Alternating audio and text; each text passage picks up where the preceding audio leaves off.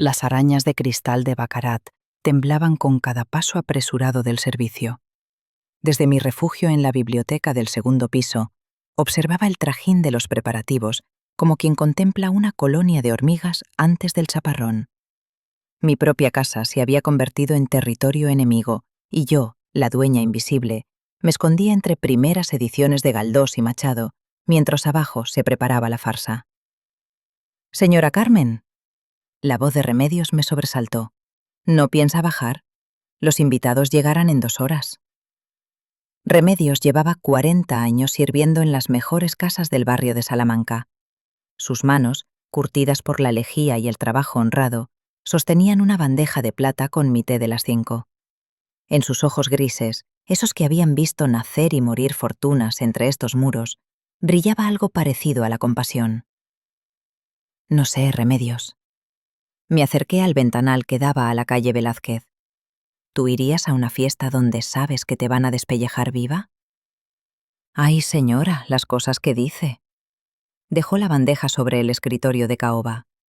«El señor Roberto ha invitado a lo mejorcito de Madrid, gente de bien, empresarios importantes. Gente que me mira como si fuera una mancha de vino tinto en un mantel de hilo». El reflejo en el cristal me devolvía la imagen de una extraña, Carmen Herrera, 32 años, psicóloga de profesión, directora de un refugio de animales por vocación y esposa de uno de los empresarios tecnológicos más exitosos de España ¿Por qué exactamente?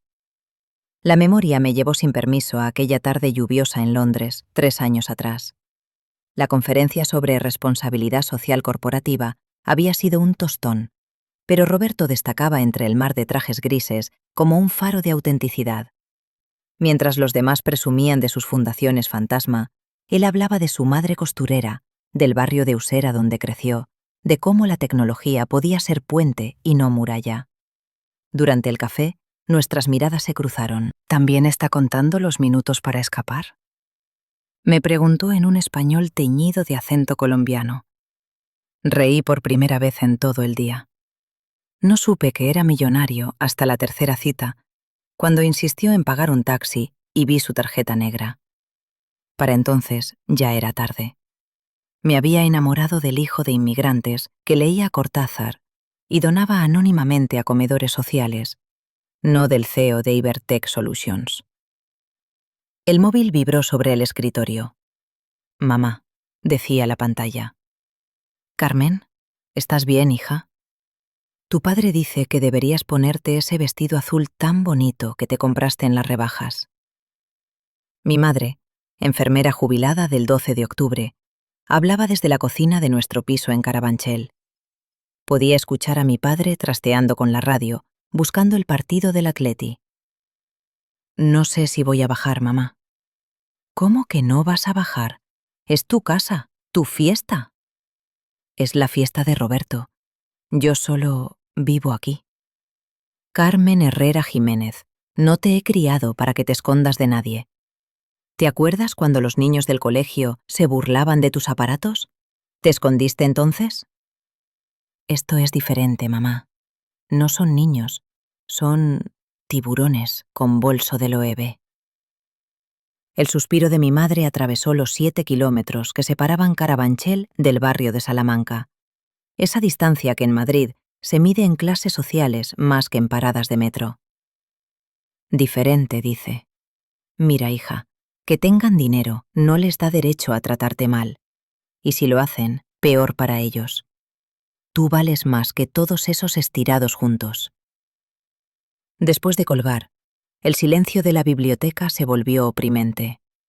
Los libros, mudos testigos de mi cobardía, parecían juzgarme desde sus lomos dorados. Fue entonces cuando la curiosidad, esa maldición de los psicólogos, comenzó a hacer de las suyas. ¿Qué dirían de mí si no estuviera presente? ¿Cómo me verían si no supieran quién soy? Como atraída por un imán, bajé por la escalera de servicio hasta el office. El vestuario del personal eventual estaba al fondo, tras la despensa.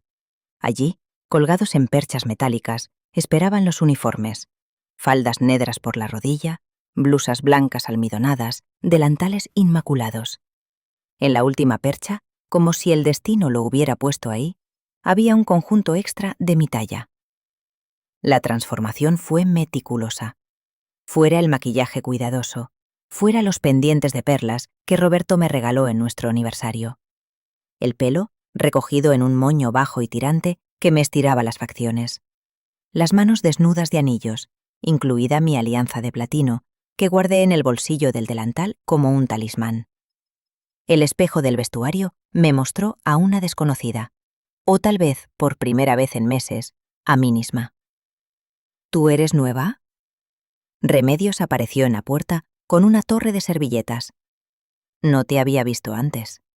El corazón me dio un vuelco, pero su mirada me atravesó sin reconocerme. El uniforme me había vuelto invisible, transparente, parte del decorado. Sí, señora. Bajé la vista, adoptando instintivamente la postura sumisa que se esperaba. Me ha contratado la agencia para esta noche. Pues espabila, que la señora Esperanza no perdona un plato mal puesto. Y cuidado con la cristalería, que es de Bohemia y cuesta más que tu sueldo de un año. La ironía me supo amarga. Esa cristalería la había elegido yo en Praga durante nuestra luna de miel, pero ahora mismo, vestida así, valía menos que un vaso. Los siguientes minutos fueron un curso acelerado en invisibilidad. Nadie me miraba a los ojos. Las órdenes llegaban secas, impersonales. Tú, los ceniceros. La nueva, a revisar los baños de invitados. Que alguien quite esas flores marchitas del recibidor. Orquídeas que yo misma había comprado esa mañana y que estaban perfectamente. Cuando sonó el timbre, anunciando a los primeros invitados, me aposté en el vestíbulo con una bandeja de copas de cava. El juego había comenzado. Fue entonces cuando la vi llegar. Cristina Aguirre de Montalbán descendió de su Mercedes como si pisara cucarachas. Su chofer, un hombre mayor con la espalda encorvada por los años, había tardado medio segundo más de lo esperado en abrirle la puerta. ¿Es que estás sordo, Matías? Su voz destilaba veneno. Te he dicho 1000 veces que la puerta se abre antes de que el coche se detenga completamente. Tan difícil es para tu cerebro de jubilado. El hombre murmuró una disculpa, mientras ella le arrojaba el abrigo de bisón a la cara como quien tira una bayeta sucia. Desde mi posición, vi cómo las manos del chofer temblaban al doblar la prenda. Cristina ni siquiera esperó a que terminara. Sus tacones repiquetearon sobre el mármol mientras entraba en mi casa como si fuera suya. Y en ese momento, mientras sostenía la bandeja con dedos que de pronto parecían pertenecer a otra persona, supe que no podría dar marcha atrás. La psicóloga que llevaba dentro quería observar, analizar, comprender. Pero la mujer, la hija de un albañil de Carabanchel, quería algo más primitivo. Quería ver arder su mundo desde dentro. El salón principal se había transformado en un escenario donde cada cual interpretaba su papel. Los candelabros proyectaban sombras doradas sobre rostros que conocía de las páginas de sociedad del ABC, y yo, con mi bandeja de champán como escudo, me deslizaba entre ellos como un fantasma de delantal almidonado. Buenas noches, murmuré al acercarme a un grupo de empresarios. El más corpulento, con acento catalán cerrado y un Rolex que podría pagar 3 años de salario en el refugio, siguió hablando de sus fábricas en China como si yo fuera una corriente de aire. Su mano regordeta tomó una copa sin mirarme, y por un instante fantaseé con tropezar y bautizar su traje de Armani con Dom Perignon. ¿Sabes cuánto me ahorro al año en impuestos con la sede en Andorra? Presumía ante sus contertulios. Lo suficiente para comprarme el yate nuevo y que sobre para el apartamento en Miami. Me alejé con pasos medidos, mientras en mi interior la psicóloga tomaba notas. Narcisismo económico. Necesidad compulsiva de validación a través del patrimonio. Probable compensación de carencias afectivas tempranas. El diagnóstico mental me mantenía cuerda mientras navegaba por aquel océano de hipocresía. ¡Oiga!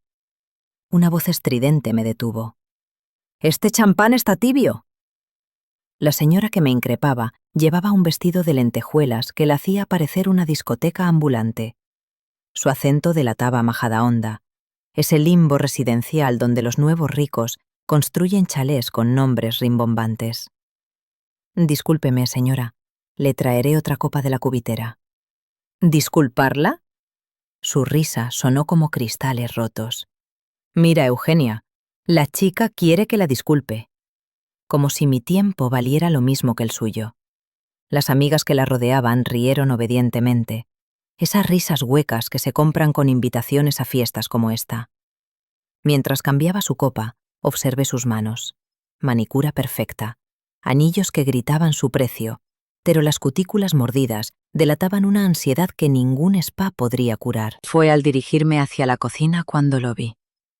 Un chico joven, no tendría más de 22 años, maniobraba con destreza entre los grupos con su propia bandeja. Su rostro moreno tenía esa belleza austera de quien ha crecido demasiado rápido, y sus movimientos delataban experiencia a pesar de su juventud. Nuestras miradas se cruzaron por un segundo, y algo pasó entre nosotros. El reconocimiento mutuo de los invisibles. ¿Primera vez? Susurró al pasar junto a mí. ¿Se nota mucho? Mantienes la espalda demasiado recta. Relájate o parecerás persona. Su sonrisa fugaz transformó su rostro. Diego, llevo 2 años en esto. Me detuve a tiempo. Clara. Un consejo, Clara. Nunca los mires a los ojos más de medio segundo. Les incomoda recordar que existimos. Antes de que pudiera responder, el ambiente cambió como cuando las nubes tapan el sol. Esperanza Villalobos había hecho su entrada. La conocía de las galas benéficas a las que Roberto me había arrastrado. Organizadora de eventos para la élite madrileña, viuda de un banquero que tuvo el buen tino de morirse antes de que destaparan sus chanchullos. A sus 52 años, mantenía esa delgadez agresiva de quien ha convertido el hambre en ideología. Su vestido negro de Valentino era una declaración de guerra, y sus ojos recorrían el salón como un general inspecciona el campo de batalla. ¿Dónde está Joaquín? Su voz cortó las conversaciones cercanas. ¡Joaquín!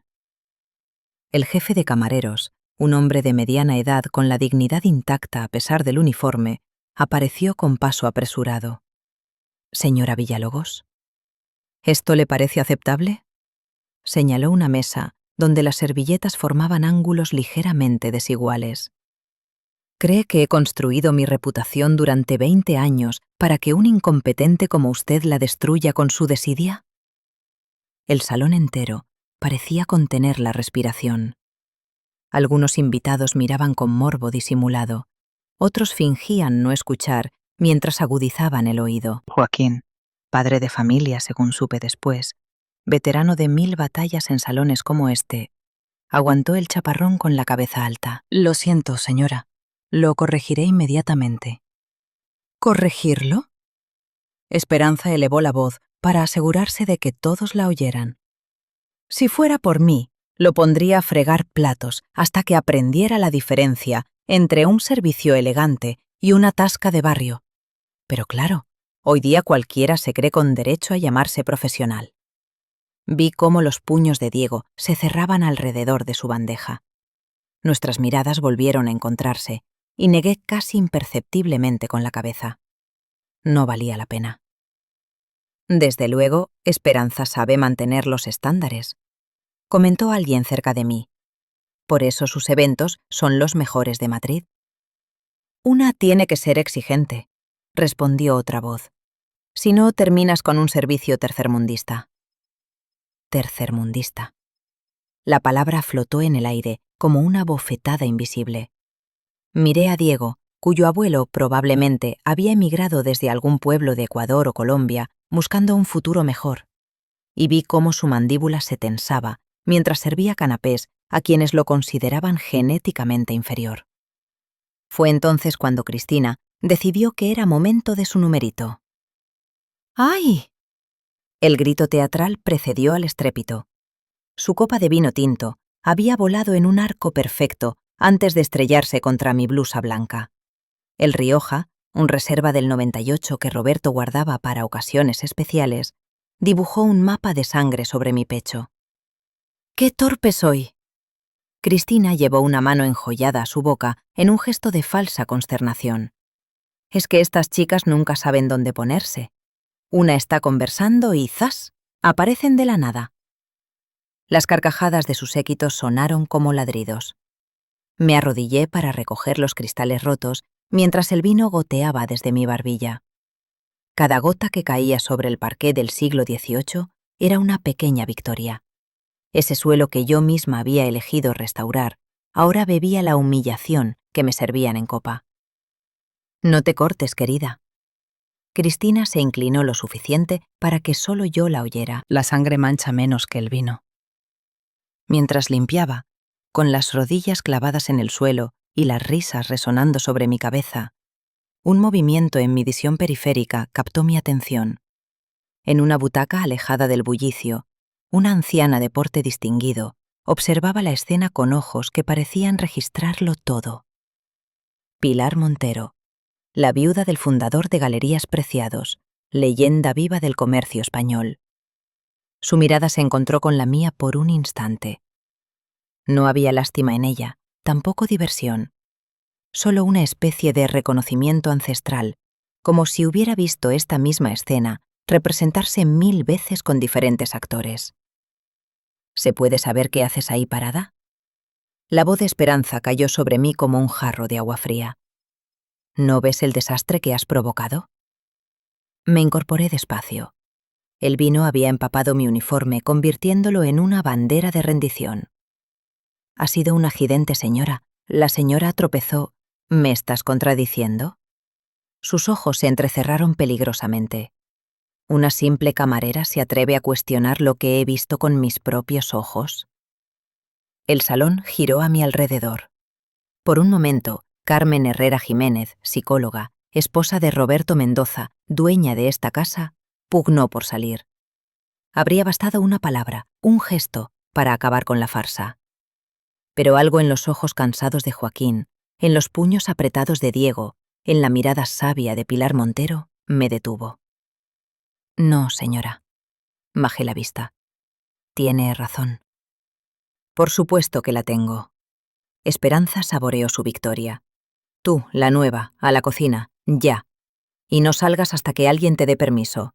Sobras aquí arriba.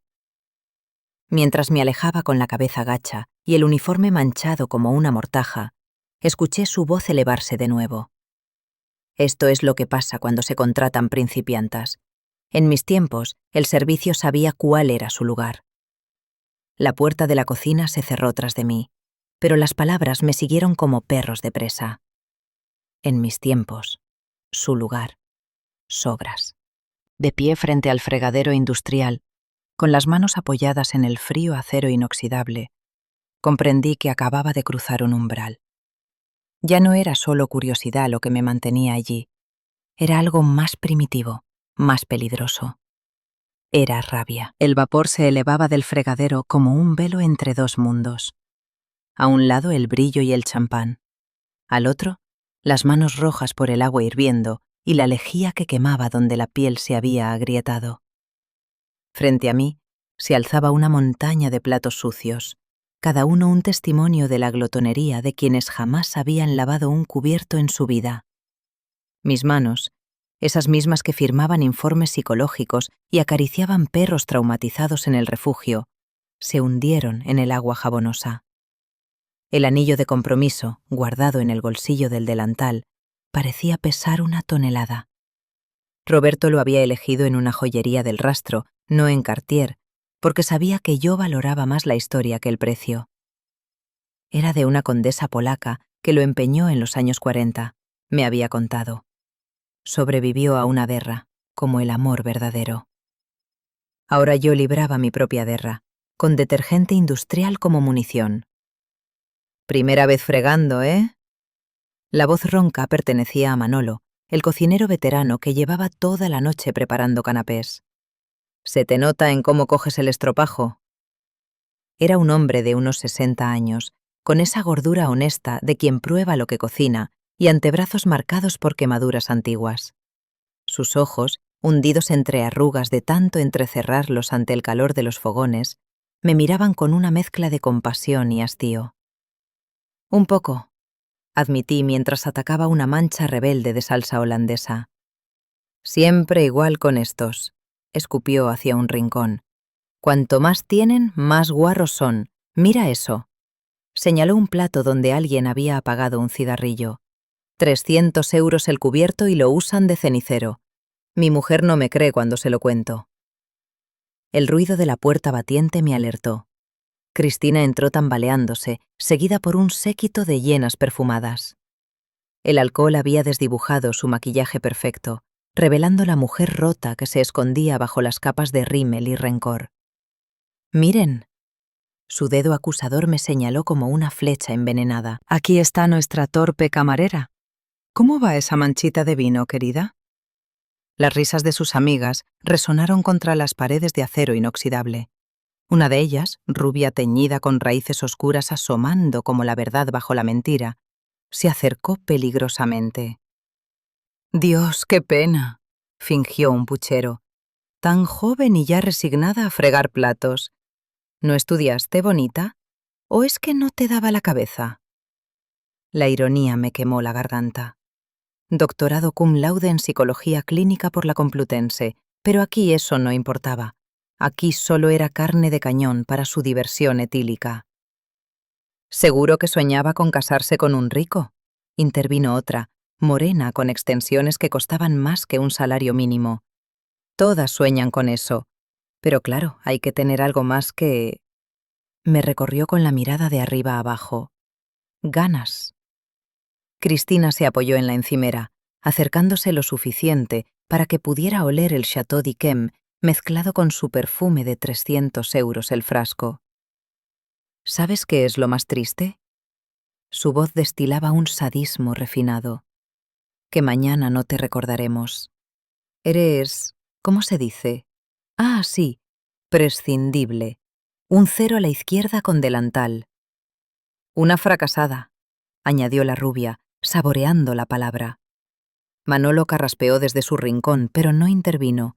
Había aprendido, como todos los que sobreviven en las cocinas de los ricos, que el silencio es el único escudo contra el desprecio. «Vámonos». Cristina se enderezó con dificultad. «Este olor a perdedora se pega».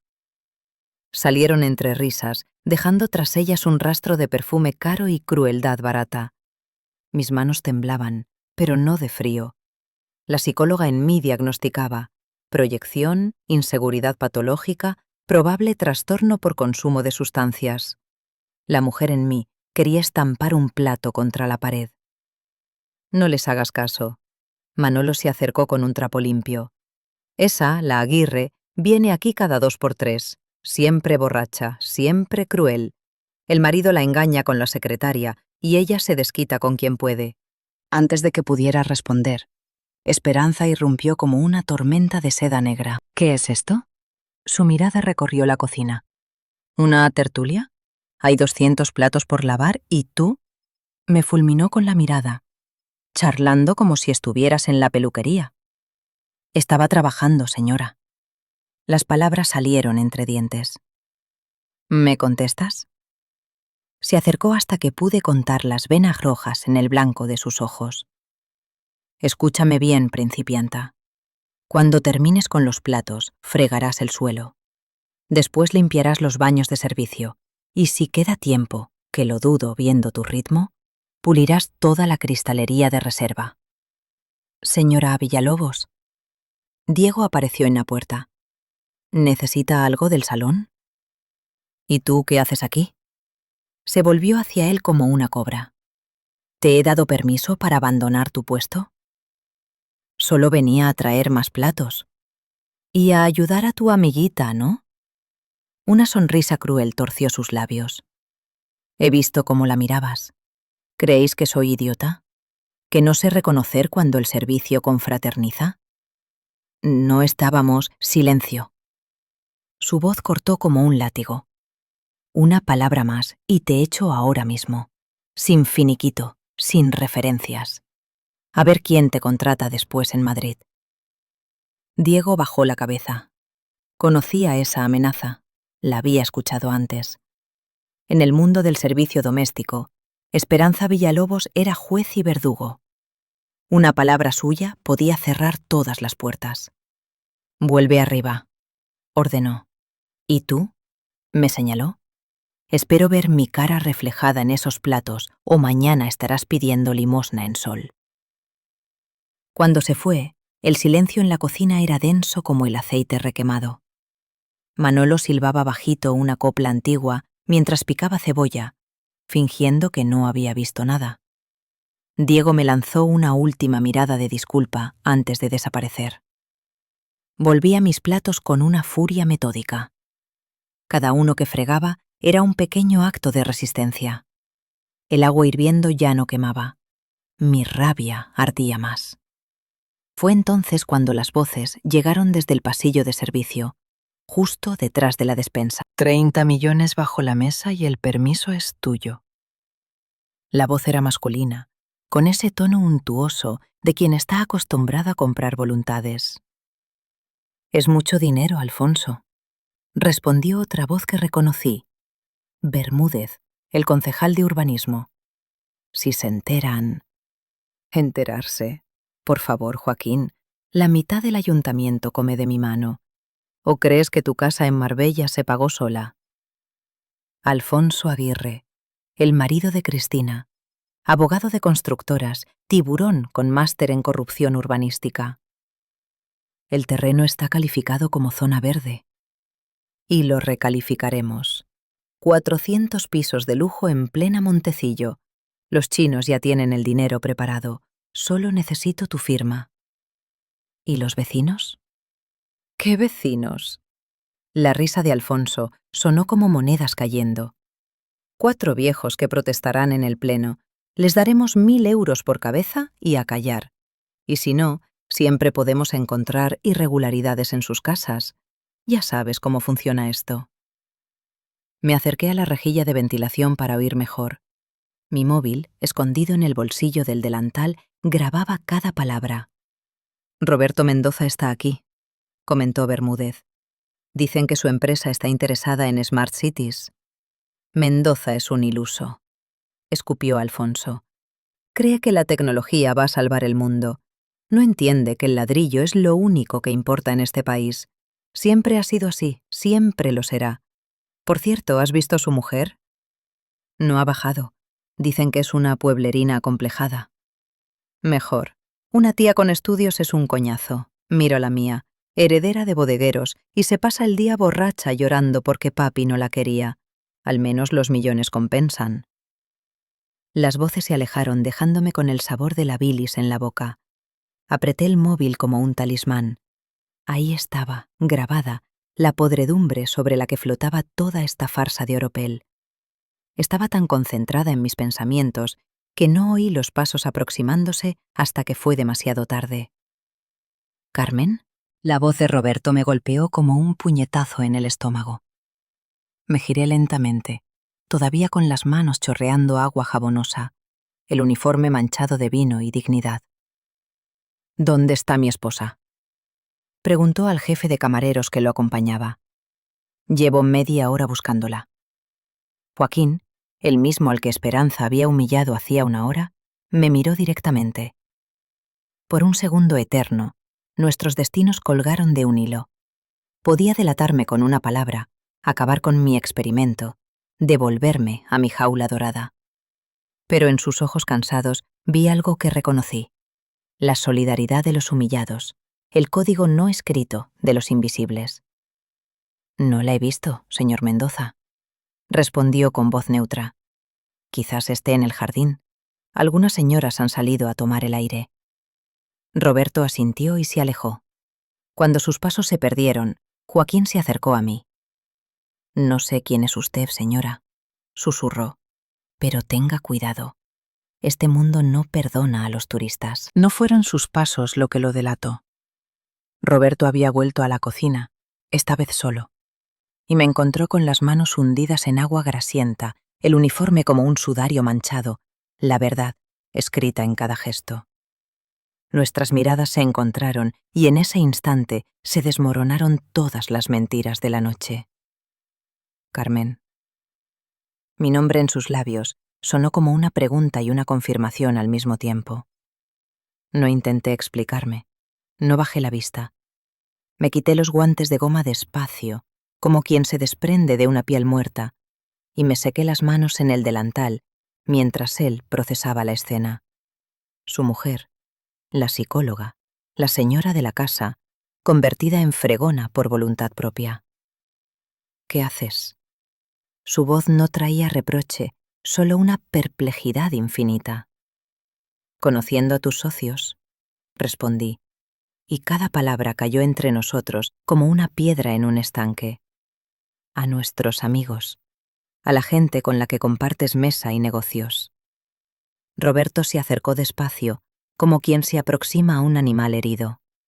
Vi en sus ojos el mismo dolor que cuando me contó cómo de niño en Usera los otros padres no dejaban que sus hijos jugaran con él por ser hijo de inmigrantes. Esa herida antigua que creíamos curada con el éxito volvía a sangrar. ¿Cuánto tiempo llevas? 3 horas. Suficiente para una tesis doctoral sobre la miseria humana. Le conté todo. Las humillaciones casuales, el desprecio sistemático, las confesiones de corrupción grabadas en mi móvil. Con cada palabra, su rostro se transformaba. El empresario exitoso, el self-made man que había conquistado Madrid a base de talento y trabajo, se enfrentaba a la verdad que había preferido no ver. El dinero no lava el origen, solo lo disfraza. Cristina me llamó fracasada mientras sus amigas reían. Continué. Esperanza amenazó con dejar a Diego en la calle por intentar ayudarme. Tu socio Alfonso está comprando permisos de construcción mientras desprecia a los vecinos a los que va a estafar. Y yo he estado invisible, Roberto. Por primera vez he visto cómo es este mundo cuando no saben que estás mirando.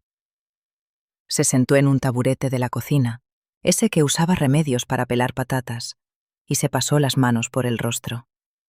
Cuando volvió a mirarme, había tomado una decisión. ¿Qué quieres hacer? Era la pregunta correcta. No vamos a casa, no olvidemos esto, sino la única que importaba. ¿Qué quería yo? Quiero entrar ahí. Señalé hacia el salón. Y que sepan quién soy. Quiero que vean lo que han hecho. Quiero que se miren al espejo. Van a intentar destruirnos, me advirtió. Esperanza controla media sociedad madrileña. Alfonso tiene contactos en todos los juzgados. No será fácil. ¿Desde cuándo lo fácil nos ha interesado? Una sonrisa triste cruzó su rostro. Se levantó, se quitó la chaqueta del smoking y me la puso sobre los hombros. Olía a su colonia, a seguridad, a hogar. Juntos, entonces. Me quité el delantal como quien se desprende de cadenas. El uniforme manchado ya no era una humillación, sino una armadura, las manchas de vino con decoraciones de guerra. Roberto me ofreció su mano y la tomé, sintiendo el calor familiar de sus dedos entrelazados con los míos. Una cosa más, dije antes de salir. Cuando entremos, no quiero que finjas sorpresa, que sepan que lo sabías, que elegiste estar de mi lado. Siempre he estado de tu lado, Carmen.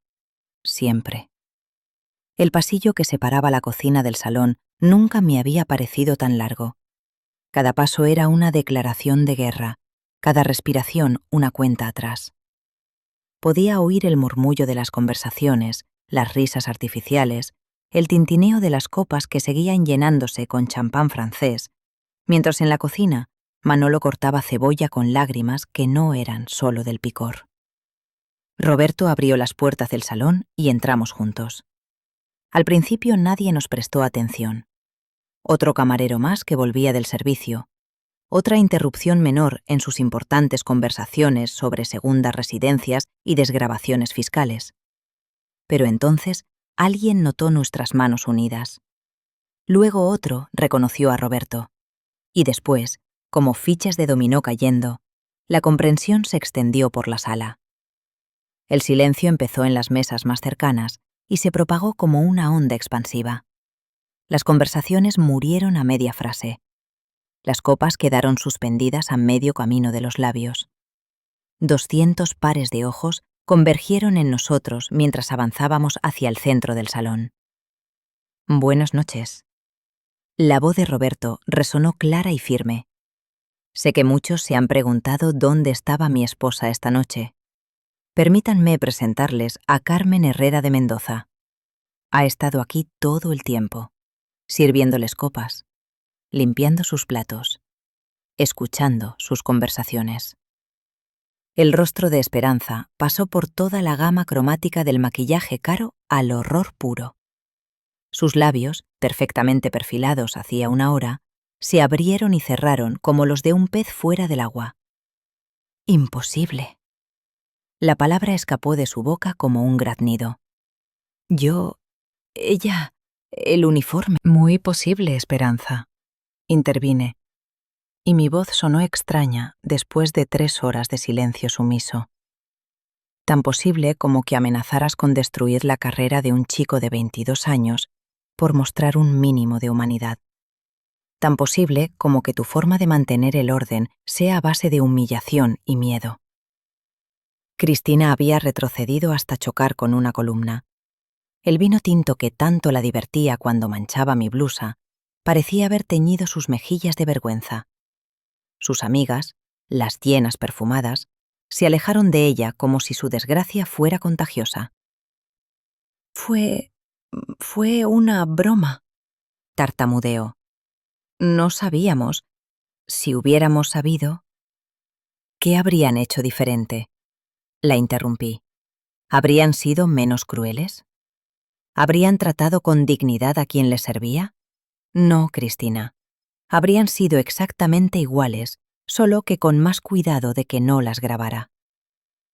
Alfonso surgió entre la multitud, el rostro púrpura de ira contenida. ¿Grabara? ¿De qué está hablando esta?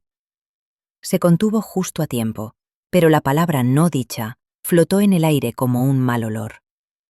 Saqué mi móvil del bolsillo. La pantalla mostraba claramente el archivo de audio. 37 minutos de conversación sobre sobornos, recalificaciones ilegales y desprecio a los ciudadanos. De esto, Alfonso. De cómo compras concejales como quien compra corbatas. De cómo planeas estafar a cientos de familias con la misma naturalidad con que pides el postre. El pánico se extendió por su rostro como una mancha de aceite. Miró a Bermúdez, que había palidecido tanto que parecía a punto de desmayarse. Luego a Roberto, buscando una salida, una negociación, algo que salvara su pellejo. Fue entonces cuando una voz cascada pero firme cortó el aire como una navaja. Bravo, querida, bravo. Pilar Montero se había levantado de su butaca. A sus 78 años, con su vestido sobrio y su collar de perlas auténticas pero discretas, parecía una aparición de otro tiempo, cuando la elegancia no se compraba, sino que se llevaba en los huesos. He vivido lo suficiente para ver de todo en estos salones. Continuó mientras avanzaba hacia nosotros con pasos cortos pero decididos. He visto fortunas nacer y morir. He visto a nuevos ricos comportarse como viejos miserables. He visto la crueldad disfrazarse de distinción. Pero hacía tiempo que no veía valor. Valor de verdad.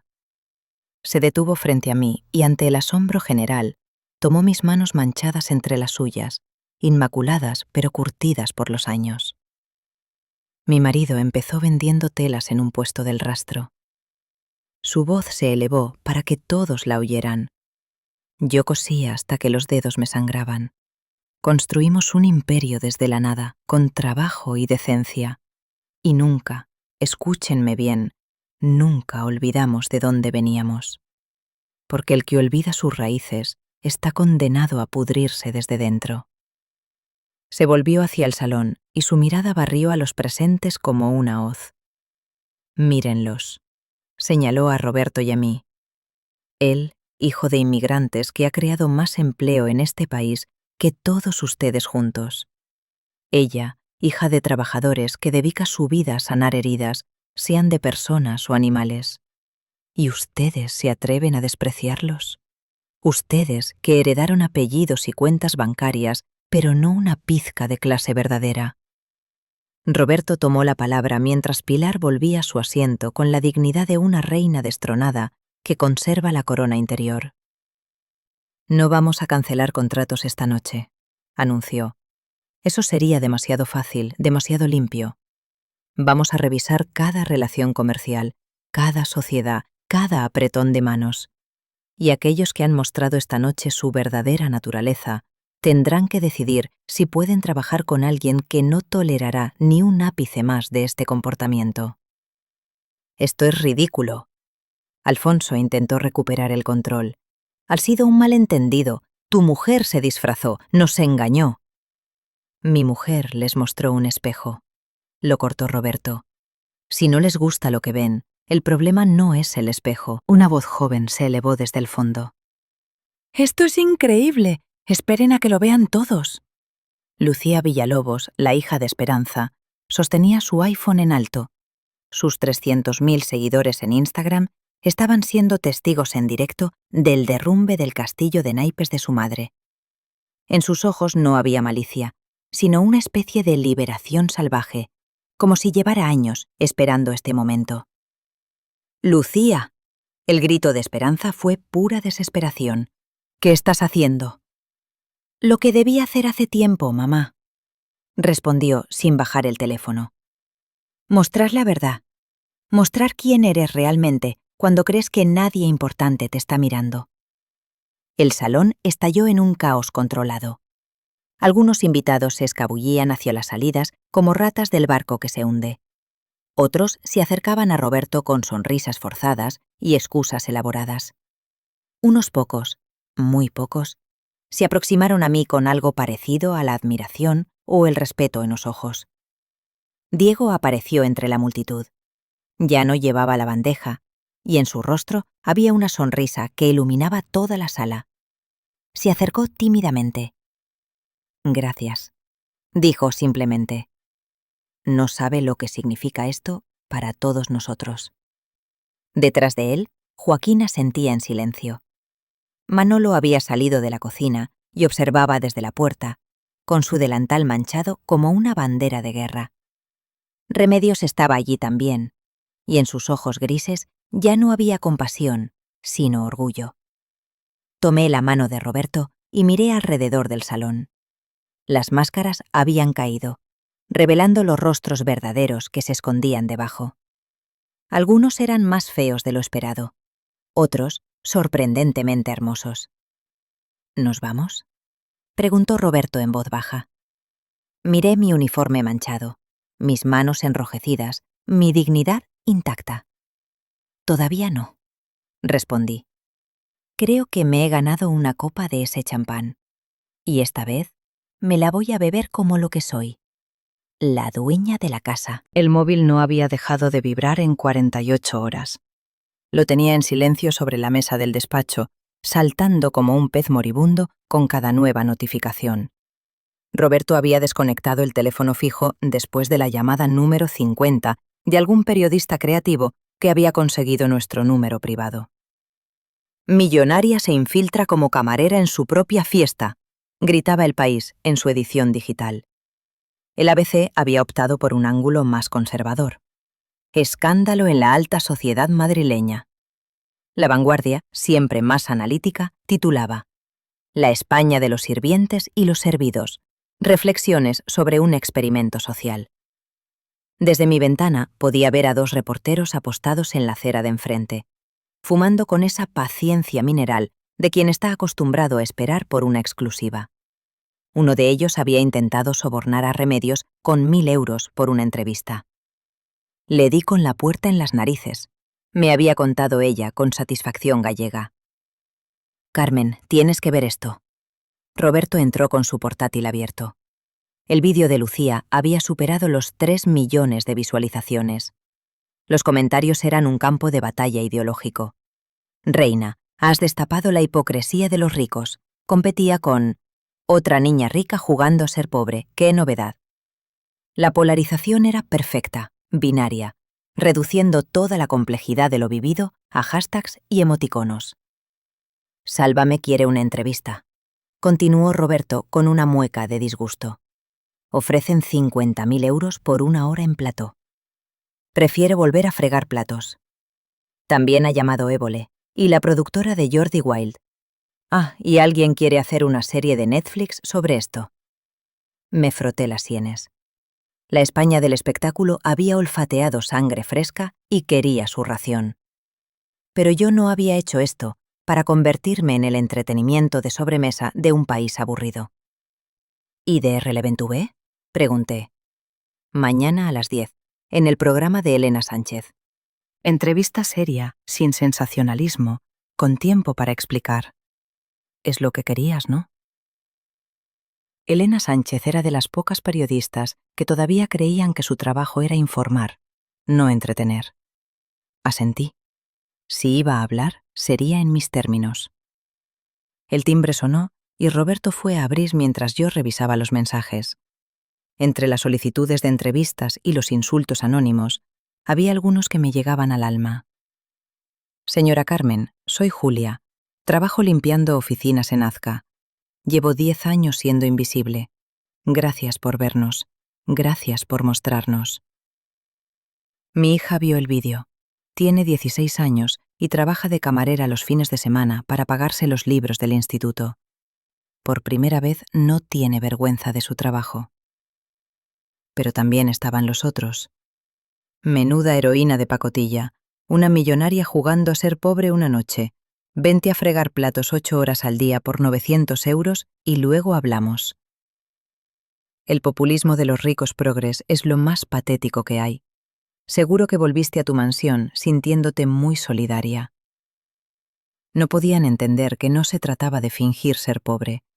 Se trataba de mostrar cómo los que sirven son tratados como no personas, independientemente de quiénes sean realmente. Pero explicar matices en la era del titular era como intentar pintar la Capilla Sixtina con un rodillo. Diego entró en el despacho con una sonrisa que no le cabía en la cara. Había insistido en venir a casa para agradecerme personalmente, y Roberto lo había hecho pasar. No va a creer lo que ha pasado. Su entusiasmo era contagioso.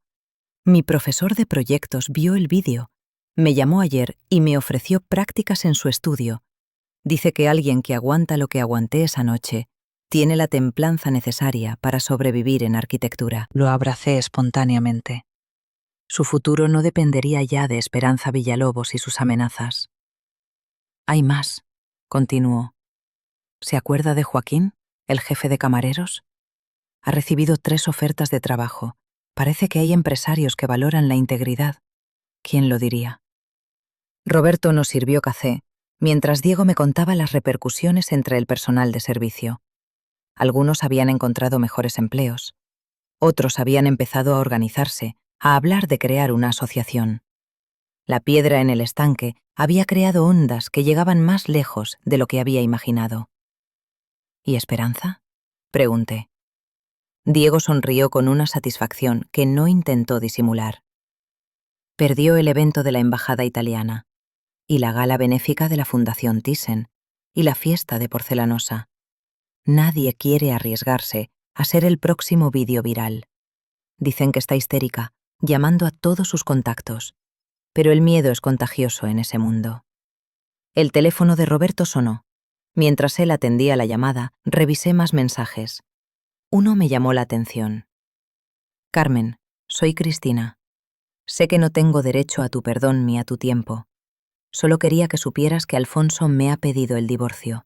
Dice que lo he humillado públicamente, que he dañado su reputación. Quizás tiene razón. Quizás necesitaba que mi mundo se derrumbara para darme cuenta de en qué me he convertido. No espero respuesta. Solo necesitaba decirte que lo siento, de verdad. No supe qué sentir. La psicóloga en mí reconocía el dolor genuino, la crisis que puede llevar al cambio. La mujer en mí recordaba su crueldad, su desprecio. Guardé el mensaje sin responder. Algunas heridas necesitan tiempo antes de considerar el perdón. Roberto colgó con expresión sombría. Era Alfonso. Amenaza con demandarnos por la grabación. Dice que es ilegal, que ha vulnerado su intimidad. Que lo intente. Respondí con más calma de la que sentía. Estaba en mi casa hablando de corrupción en mi pasillo, y tengo buenos abogados. Los mejores. Roberto me guiñó un ojo. Aunque después de esto, algunos bufetes nos han dado la espalda. Parece que tocar a Alfonso Aguirre tiene consecuencias. ¿Te arrepientes? Pregunté. ¿De qué? ¿De descubrir que algunos de mis socios son basura? ¿De que mi mujer tiene más coraje que todos ellos juntos? No, Carmen. Me arrepiento de haber tardado tanto en verlo. Diego se despidió con promesas de mantenernos informados. Cuando quedamos solos, el silencio se llenó de todo lo no dicho. 2 días procesando el terremoto, 2 noches durmiendo poco, navegando entre el apoyo y el odio, la admiración y el desprecio. Remedios quiere hablar contigo, dijo Roberto de repente. Está en la cocina. Encontré a nuestra ama de llaves puliendo la plata, esa tarea meditativa que hacía cuando necesitaba pensar. Sus manos se movían con la precisión de décadas, pero su mente estaba en otro lugar. Siéntese, señora Carmen, dijo sin mirarme. Tengo que confesarle algo. Me senté en el mismo taburete donde Roberto había tomado su decisión 2 noches atrás. Remedios dejó el paño y me miró directamente por primera vez desde el incidente. La reconocí. Las palabras salieron como si las hubiera estado conteniendo demasiado tiempo. En cuanto la vi con el uniforme, supe que era usted. El corazón me dio un vuelco. Pero no dijiste nada. Llevo 40 años en casas como esta. Sus ojos grises se humedecieron. He visto de todo. Señoras que cuentan los cubiertos por si robamos. Señores que te manosean al pasar. Niños a los que enseñan a no hablar con el servicio. Pero también he visto bondad, señora Carmen. La he visto en usted desde el primer día. Se secó las manos en el delantal. Ese gesto automático de quien ha aprendido que siempre debe estar presentable, incluso para conversar. Mi nieta estudia psicología, ¿sabe? En la Complutense, como usted. Cuando le conté que trabajaba en su casa, me dijo: «Abuela, esa señora escribió un artículo sobre el síndrome del trabajador invisible que nos mandaron leer en clase. Me lo imprimió y todo. No sabía qué decir. Aquel artículo lo había escrito hacía 2 años, basándome precisamente en historias que había escuchado de forma casual. Cuando la vi con el uniforme, continuó Remedios, primero pensé que se había vuelto loca, pero luego entendí. Quería ver lo que yo veo todos los días, lo que ven mi hija en el hotel donde limpia, mi sobrina en la casa donde cuida niños, mi vecina en la residencia donde atiende ancianos. Quería sentirlo en su piel. ¿Por qué no me detuviste?, pregunté. ¿Y privarla de la lección? Privar a esos miserables de verse en el espejo. Una sonrisa astuta iluminó su rostro arrugado. Además, señora Carmen, alguien tenía que asegurarse de que no le pasara nada. ¿Por qué cree que mandé a Joaquín cuando el señor Roberto la buscaba? ¿Por qué cree que aparecí justo cuando Cristina derramó el vino? Llevo 40 años siendo invisible, pero eso no significa que esté ciega. La abracé impulsivamente, saltándome todos los protocolos. Olía a lejía y sabiduría, a trabajo honesto y dignidad inquebrantable. «Hay algo más», dijo cuando nos separamos. «Mi nieta quiere conocerla. Dice que es usted su heroína. Le he dicho que las heroínas son para los cuentos, que usted es algo mejor, una mujer valiente. Pero insiste. Podría... Tráela cuando quieras», respondí de inmediato. «Estaré encantada de conocerla».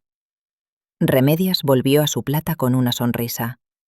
Yo volví a mi despacho con el corazón un poco más ligero. Afuera, los reporteros seguían esperando. En mi móvil, los mensajes seguían llegando. España seguía dividida entre los que aplaudían y los que condenaban. Pero en mi cocina, Una mujer sabia pulía cucharas mientras su nieta soñaba con un futuro donde la invisibilidad fuera una elección, no una condena. Y eso, pensé mientras me preparaba para la batalla mediática que vendría, ya era una victoria. El plató de Relais tenía esa frialdad aséptica de los espacios diseñados para la verdad incómoda. Un mes después del escándalo, había aceptado finalmente sentarme frente a Elena Sánchez, para la que sería mi única entrevista televisada. Las luces me cegaban menos que las miradas de los técnicos, esa mezcla de curiosidad y respeto que había aprendido a reconocer. Carmen, han pasado 30 días desde aquella noche. Elena no perdía el tiempo con rodeos. ¿Qué ha cambiado realmente? Me tomé un segundo para pensar. En la pantalla del monitor podía verme. Traje sobrio, maquillaje mínimo, la misma mujer de siempre, pero con arrugas nuevas alrededor de los ojos. Todo y nada, respondí. Las estructuras no cambian en un mes, Elena, pero las grietas ya están ahí. Y por las grietas entra la luz. Algunos la acusan de victimizarse, de hacer teatro. No me disfracé de víctima.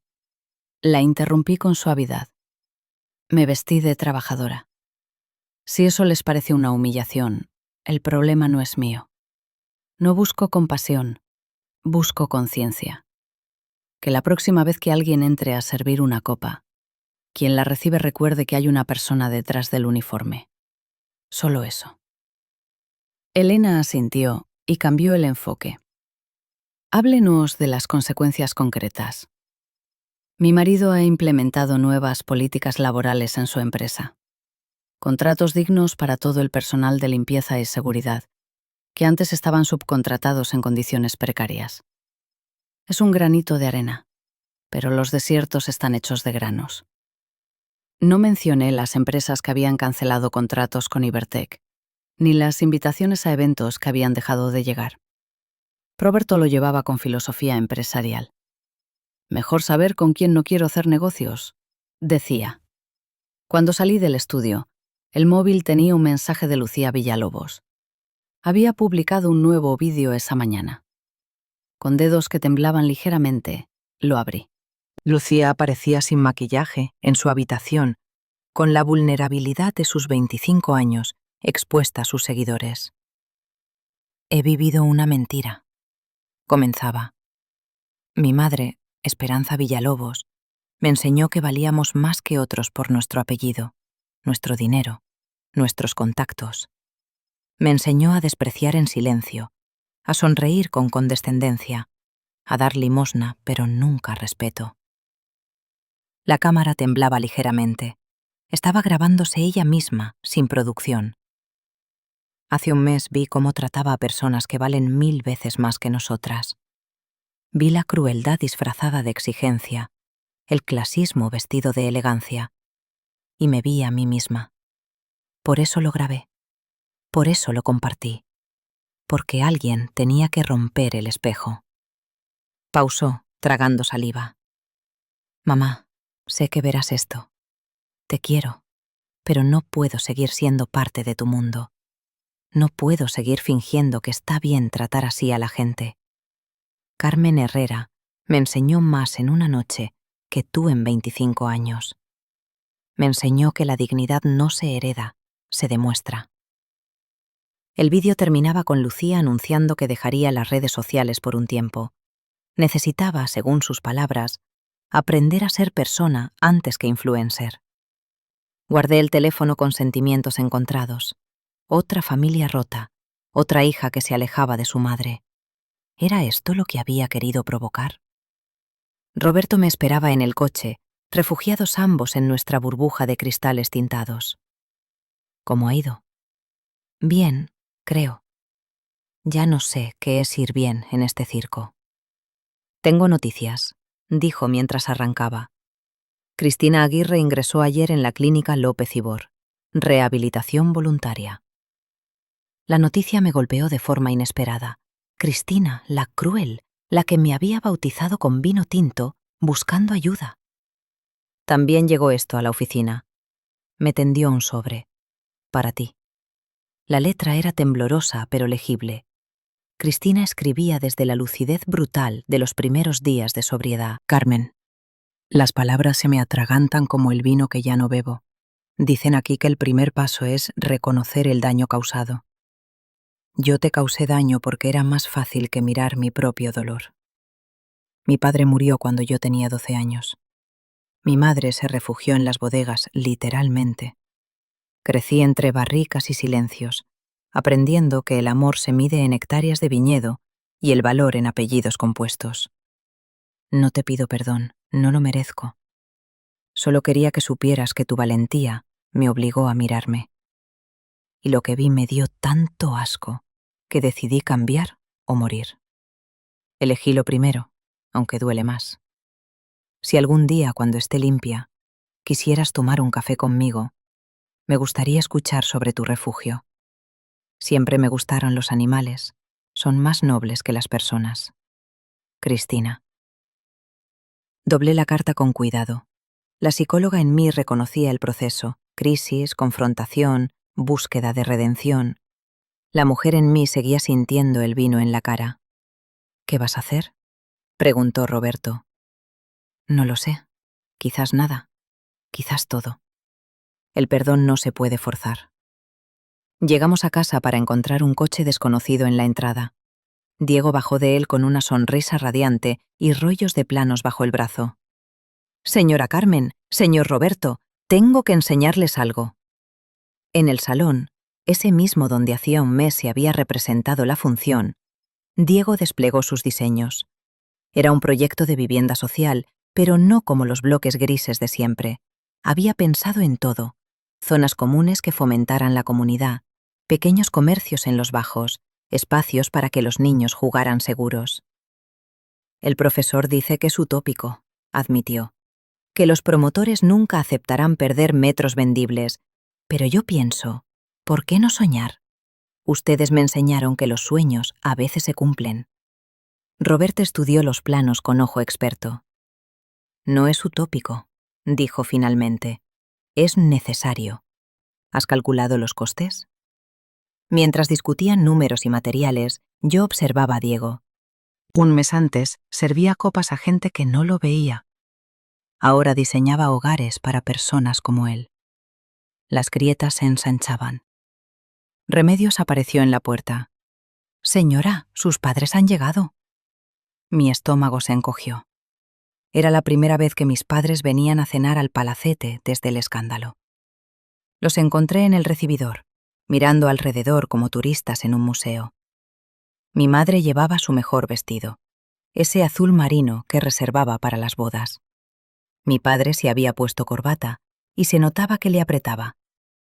Hija. Mi madre me abrazó con esa fuerza de las mujeres trabajadoras. Estás más delgada. ¿Comes bien? Estoy bien, mamá. Mi padre miraba los cuadros con desconfianza, como si fueran a cobrarle por observarlos. ¿Todo esto es vuestro?, preguntó en voz baja. Es una casa, papá, solo eso. La cena transcurrió entre silencios incómodos y conversaciones forzadas. Mis padres comían con la rigidez de quien teme romper algo caro. Roberto hacía esfuerzos heroicos por hablar de fútbol con mi padre, pero la brecha era evidente. No era el dinero. Era el abismo entre mundos que ni el amor filial podía cerrar del todo. No entiendo por qué hiciste eso, dijo mi madre de repente, entre el segundo plato y el postre. Tenías todo esto y te pusiste a fregar platos como nosotros. Precisamente por eso, mamá. Porque fregar platos no debería ser una humillación. Porque como nosotros no debería sonar a insulto. Mi padre dejó los cubiertos con cuidado excesivo. Tu madre tiene razón, Carmen. Nosotros luchamos toda la vida para que no tuvieras que pasar por lo que pasamos. Y tú vas y lo buscas. No buscaba pasar por lo mismo, papá. Buscaba entender y hacer que otros entendieran. ¿Y lo conseguiste? Mi madre me miraba con esa mezcla de orgullo y preocupación que solo las madres dominan. ¿Valió la pena remover toda esa mierda? Pensé en Diego y sus planos, en Cristina en rehabilitación, en Lucía rompiendo con su madre, en las grietas en el mármol perfecto de la sociedad madrileña. Pregúntame en un año, respondí. Querida, escribía con una caligrafía de otra época. Hay historias que necesitas escuchar. Verdades viejas que iluminan mentiras nuevas. ¿Me harías el honor de escuchar a una vieja que ha visto demasiado? Roberto me encontró en la biblioteca, mirando por la ventana esos mismos preparativos que había observado hace un mes. Parecía una vida entera. ¿Te arrepientes?, me preguntó, repitiendo mi pregunta de días atrás. No, respondí sin dudar. Pero a veces me pregunto si el precio no es demasiado alto. Familias rotas, vidas alteradas. Los cambios duelen. Me abrazó por detrás. Pero el inmovilismo mata. Elegiste el dolor sobre la muerte. Eso requiere valor. O locura. En España, a menudo son lo mismo. Esa noche, mientras Madrid dormía sus sueños de grandeza y miseria, yo permanecí despierta pensando en grietas. En cómo algo tan pequeño como una fisura puede, con tiempo y presión, derribar los muros más sólidos. Al día siguiente, descubriría que Pilar Montero, la viuda del imperio comercial, guardaba secretos que harían parecer mi pequeña revolución como un juego de niños. Pero esa noche, en mi palacete con fantasmas de humillación y redención, solo podía pensar en las manos agrietadas de mi madre y preguntarme si algún día, en algún lugar, una hija no tendría que elegir entre el éxito y la memoria. El retiro en diciembre tenía esa melancolía de los jardines que recuerdan tiempos mejores. Pilar Montero me esperaba en un banco cerca del estanque, envuelta en un abrigo de lana que había conocido décadas. A sus 78 años, parecía formar parte del paisaje, como si los árboles hubieran crecido a su alrededor. Mi marido me traía aquí cuando éramos novios, dijo a modo de saludo. No teníamos dinero ni para un café, así que paseábamos durante horas hablando de cómo cambiaríamos España con nuestras tiendas. Me senté a su lado mientras las palomas picoteaban migas que alguien había dejado. Madrid bullía alrededor del parque, pero aquel banco era una isla de calma. ¿Lo consiguieron? ¿Cambiar España? Pilar sonrió con esa sabiduría que solo da haber visto imperios nacer y morir. Cambiamos cómo compraba la gente, sí. Pero España es como estas palomas, querida. Siempre vuelven a los mismos lugares a buscar las mismas migas. Sacó una petaca del bolso y me ofreció. Era coñac del bueno, de esos que calientan el alma además del cuerpo. Vengo de La Nava, continuó. Un pueblo de Toledo que no sale en ningún mapa importante. Mi padre era jornalero, mi madre lavaba ropa ajena. Aprendí a coser remendando lo irremendable porque no había dinero para tela nueva. El coñac bajaba ardiente mientras ella desgranaba su historia. Cómo conoció a su marido en una fábrica textil donde ambos trabajaban 14 horas al día. Cómo ahorraron peseta a peseta para abrir un puestecito en Embajadores. Cómo fueron creciendo, tienda a tienda, hasta que Galerías Preciados se convirtió en símbolo del desarrollismo español. ¿Y sabe qué aprendí en todos esos años? Me miró con ojos que habían llorado y reído más de lo que ningún rostro debería. Que el dinero no borra el origen. Lo maquilla, lo disfraza, le pone ropa cara encima. Pero por dentro sigue siendo la niña del pueblo que miraba los escaparates soñando con poder comprar algo algún día. ¿Por eso me apoyó aquella noche? La apoyé porque hizo lo que yo nunca me atreví. Bebió otro trago. Durante 40 años aguanté desprecios en silencio. La paleta con suerte, me llamaban, la que no sabe ni hablar francés. ¿Y sabe qué hacía? Sonreír y donar a sus causas benéficas. Comprar su respeto a plazos. Usted les escupió en la cara y eso, querida, vale más que todo mi imperio. Un vendedor ambulante pasó con globos de colores. Pilar lo llamó y le compró uno plateado que soltó al viento. Para mi marido, explicó. Le gustaba verlos volar. Decía que eran como los sueños. Si los agarras muy fuerte, los revientas. Hablamos durante 2 horas. Me contó los trucos para sobrevivir en la alta sociedad sin perderse. Mantén un pie en cada mundo. Nunca olvides cómo se friega un suelo. El día que te creas superior, habrás perdido. Me habló del cambio real, ese que no sale en los periódicos, pero transforma vidas. Su marido está haciendo cosas buenas, dijo. Pero el cambio de verdad vendrá con los Diego, los que suben desde abajo con memoria intacta. Nosotros solo podemos abrir puertas. Ellos las atravesarán. Una semana después, en Valencia, comprobé cuánta razón tenía.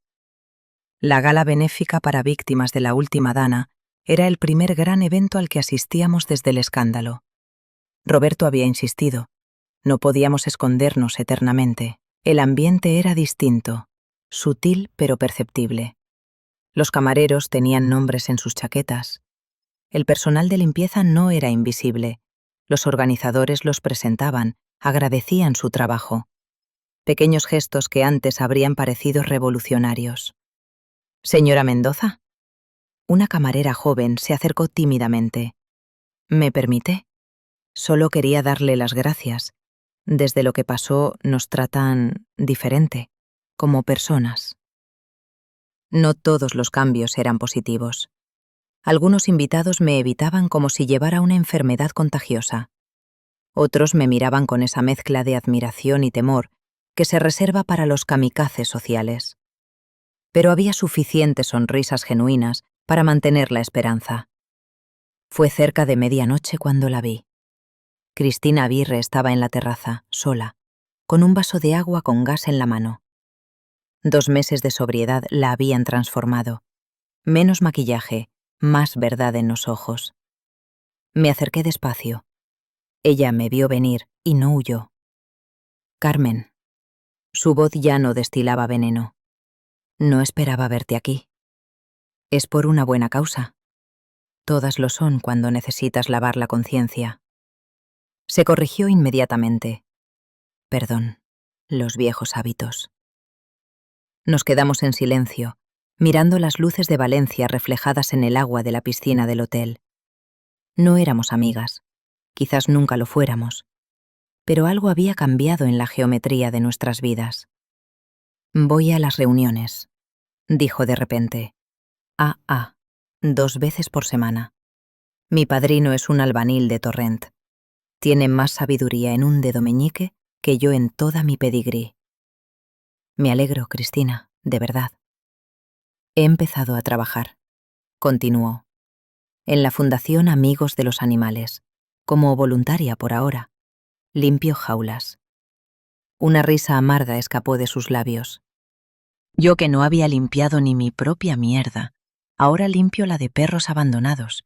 ¿Y sabes qué? Me hace sentir útil por primera vez en mi vida. No hacían falta grandes discursos.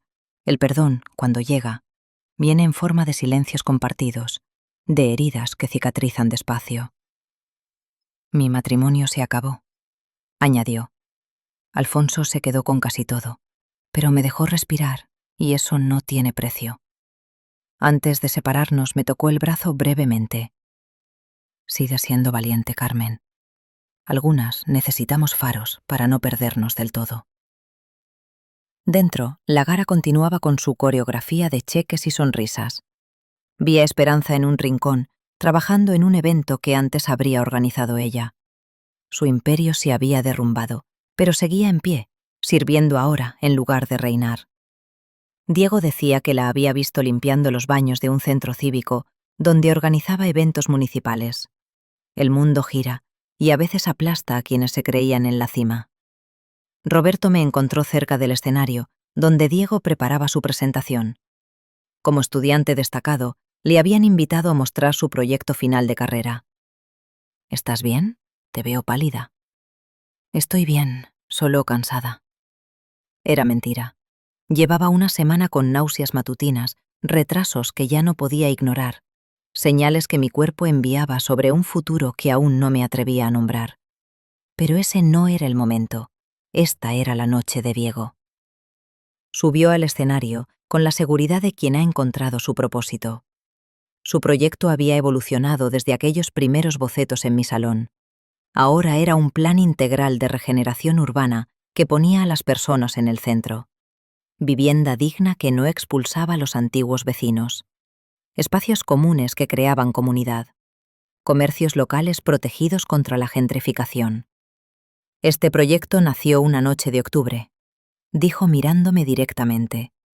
Cuando aprendí que servir no es humillación si se hace con dignidad, y que la verdadera arquitectura no levanta muros, sino puentes. El aplauso fue genuino. Varios inversores se acercaron interesados. El alcalde de un municipio del área metropolitana le ofreció una reunión. Las semillas germinaban. Ya en el coche de vuelta a Madrid, con Roberto conduciendo en silencio por la A3, saqué el test de embarazo del bolso. 2 líneas rosas confirmaban lo que mi cuerpo ya sabía. Roberto, mi voz sonó extraña en la penumbra del coche.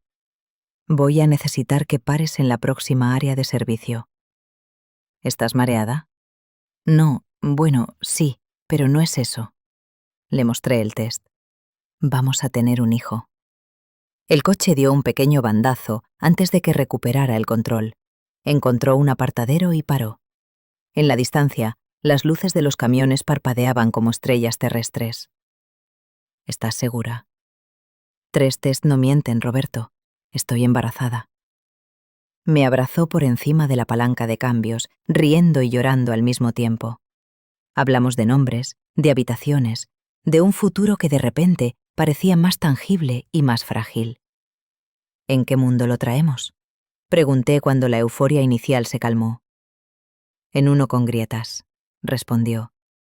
Donde Diego puede soñar con ciudades justas, donde Cristina puede encontrar redención, donde los camareros tienen nombre. No es perfecto, pero es mejor que el de hace 2 meses. Tenía razón. El cambio real se mide en gestos pequeños, en dignidades recuperadas, en futuros que se abren paso entre los escombros del pasado.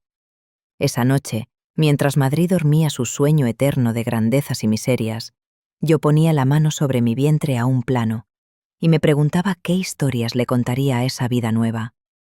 Si le hablaría de la noche en que su madre se volvió invisible para hacer visibles a otros. Si le enseñaría que hay herencias más valiosas que el dinero, la memoria, la dignidad, la valentía de mirar la verdad a los ojos. Pilar tenía razón. Nosotros solo podíamos abrir puertas. La generación que crecía en mi interior las atravesaría hacia mundos que aún no podíamos imaginar. El refugio Segunda Oportunidad olía a vida. Esa mezcla de desinfectante, pienso y esperanza que solo conocen quienes trabajan con animales abandonados. Mi vientre de 6 meses me obligaba a movimientos más lentos, pero no había dejado de venir ni un solo día. Los perros no entienden de bajas maternales anticipadas. Cuidado con Bronco, me advirtió Manuel, el veterinario. Está más nervioso que de costumbre. Bronco era un mastín que había llegado hacía 2 meses, abandonado en una gasolinera de la A2. Como tantos otros, había descubierto que el amor humano podía ser tan temporal como cruel. Me acerqué a su jaula despacio, dejando que mi olor le llegara antes que mi presencia. «Hola, bonito», susurré. «¿Otro día difícil?» El perro me miró con esos ojos que habían visto demasiado. Pensé en mi hija, porque ya sabíamos que sería niña, y en qué clase de mundo la esperaba. ¿Sería más amable que el que había dejado tirado a Bronco? ¿O simplemente mejor en disimular su crueldad? «¡Carmen!». La voz de Diego me sacó de mis reflexiones. «¡Tengo noticias!». Entró en el refugio como un torbellino de juventud y entusiasmo. En sus manos, los planos que ya reconocía de memoria, pero con un sello nuevo. Aprobado, Ayuntamiento de Madrid. «¡Lo conseguimos!». Sus ojos brillaban con lágrimas de alegría. «El centro comunitario de Carabanchel es una realidad. Tu barrio, Carmen, donde creciste». Me senté en una de las sillas de plástico, el peso del embarazo y la emoción demasiado para estar de pie. Carabanchel tendría su centro comunitario, diseñado por alguien que entendía lo que significaba necesitar un lugar donde ser persona, no estadística. La primera piedra la ponemos el mes que viene, continuó. Me gustaría que tú y tu familia estuvierais allí. Por supuesto que estaremos. Una figura apareció en la puerta, dudando. Cristina llevaba 4 meses como voluntaria fija en el refugio, pero aún se movía con la cautela de quien no termina de creerse bienvenida. El trabajo físico la había transformado. Músculos donde antes había fragilidad etílica, propósito donde antes había vacío. Perdón por interrumpir, dijo. Carmen, Lola está de parto. Pensé que querría saberlo. Lola era una pointer que había llegado preñada y maltratada. Cristina había sido quien la encontró, tirada en una cuneta cerca de las bodegas familiares que ya no visitaba. Se había volcado en su cuidado con la dedicación de quien busca redención en cada gesto. Corrimos, yo más bien me bamboleé, hasta la sala de partos improvisada. Lola jadeaba asustada, mientras su cuerpo hacía lo que la naturaleza dictaba. Cristina se arrodilló junto a ella, murmurando palabras de ánimo que quizás necesitaba escuchar ella misma. Tranquila, bonita. Lo estás haciendo muy bien. No estás sola. 3 horas después, 5 cachorros mamaban mientras Lola los miraba con ese amor feroz de las madres. Cristina lloraba sin disimulo, y yo me encontré apretando su mano. La vida sigue, dijo. A pesar de todo, la vida insiste en seguir. Era verdad. Como las grietas en el mármol que se ensanchaban, como las semillas que germinaban contra todo pronóstico, la vida seguía. Mi móvil sonó. Era Lucía Villalobos. Carmen, soy yo. Estoy con mi madre. Querríamos hablar contigo. ¿Es posible? Media hora después, en la pequeña oficina del refugio, madre e hija se sentaban frente a mí como 2 náufragas que hubieran encontrado la misma balsa. Esperanza había envejecido 10 años en 6 meses. Su imperio derrumbado la había dejado desnuda de poder, y en esa desnudez había encontrado algo parecido a la humanidad. He estado trabajando, dijo sin mirarme.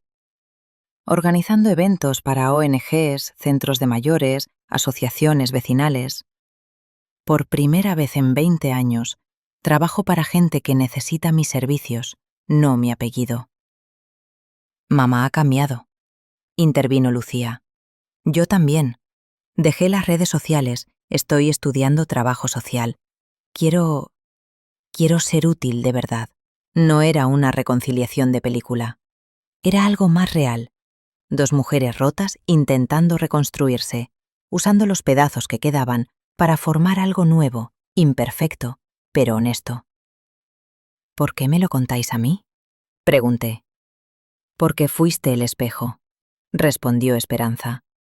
Y aunque odie lo que vi, necesitaba verlo, necesitábamos verlo. No había perdón que dar o recibir, solo reconocimiento de caminos que se habían cruzado violentamente y ahora divergían hacia futuros inciertos, pero propios. Esa noche era especial, 1 año exacto desde aquella gala que cambió tantas vidas. Roberto había insistido en repetir el evento en el mismo palacete, con la misma lista de invitados. Para medir la diferencia, había dicho. Me puse el mismo vestido azul que mi madre había sugerido entonces, adaptado ahora a mi vientre prominente. Mientras bajaba las escaleras, por la principal esta vez, los recuerdos se superponían como transparencias.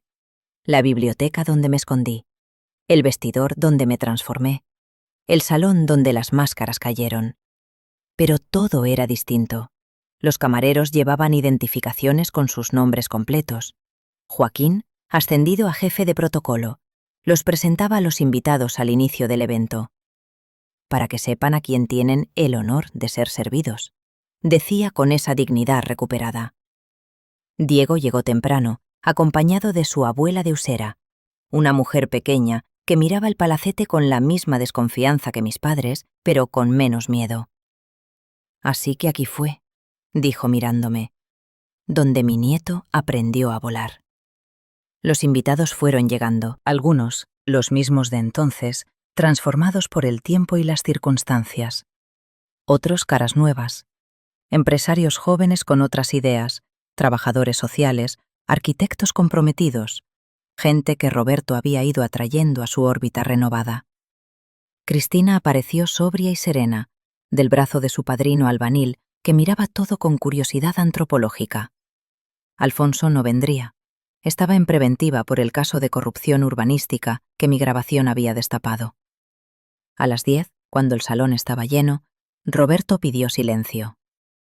Hace un año, comenzó, en este mismo lugar, aprendimos una lección sobre invisibilidad y dignidad. Hoy quiero proponer un brindis diferente. Se volvió hacia el personal de servicio. Por ustedes, que hacen posible lo imposible, que mantienen el mundo funcionando mientras otros solo hablamos. Por su trabajo, su dignidad, su paciencia infinita con nuestras imperfecciones. El aplauso empezó tímido, luego creció. Vi a varios camareros emocionarse, no acostumbrados a ser protagonistas de su propia historia. Remedios, desde su atalaya junto a la cocina, asentía con satisfacción gallega. Pilar Montero se acercó a mí con pasos cuidadosos pero firmes. «¿Ve, querida?», señaló el salón.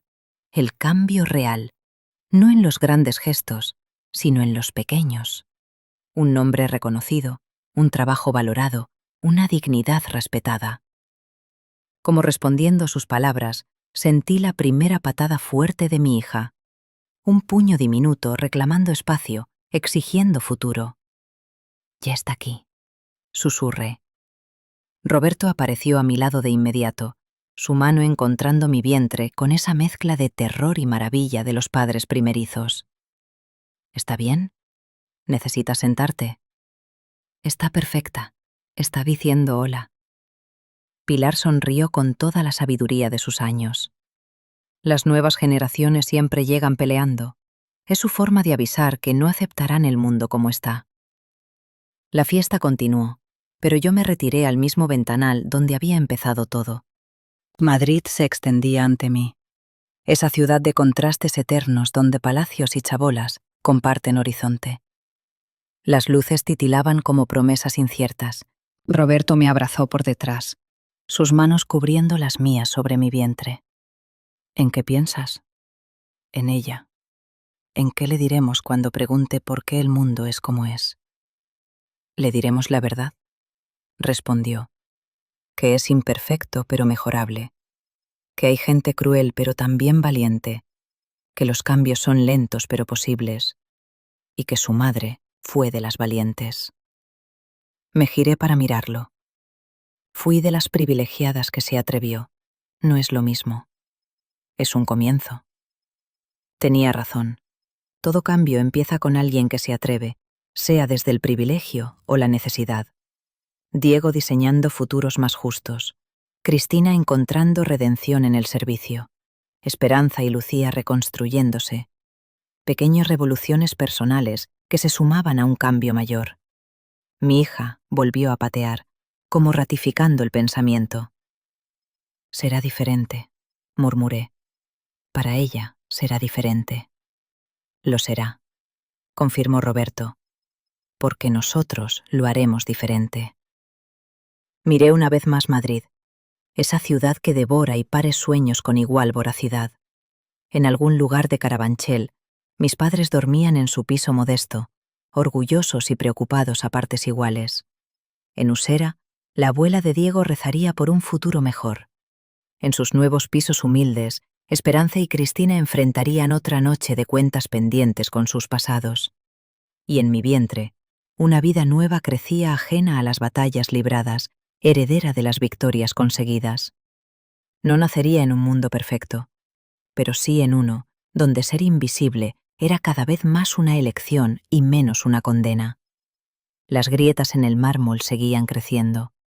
Por ellas entraba la luz, y con la luz, la esperanza. No era mucho, pero era real. Y en una ciudad construida sobre siglos de mentiras hermosas, la verdad, aunque imperfecta, brillaba como el mayor de los tesoros. Esa noche, mientras Madrid dormía su sueño eterno de grandezas y miserias, yo acariciaba mi vientre y le susurraba a mi hija historias de mundos posibles.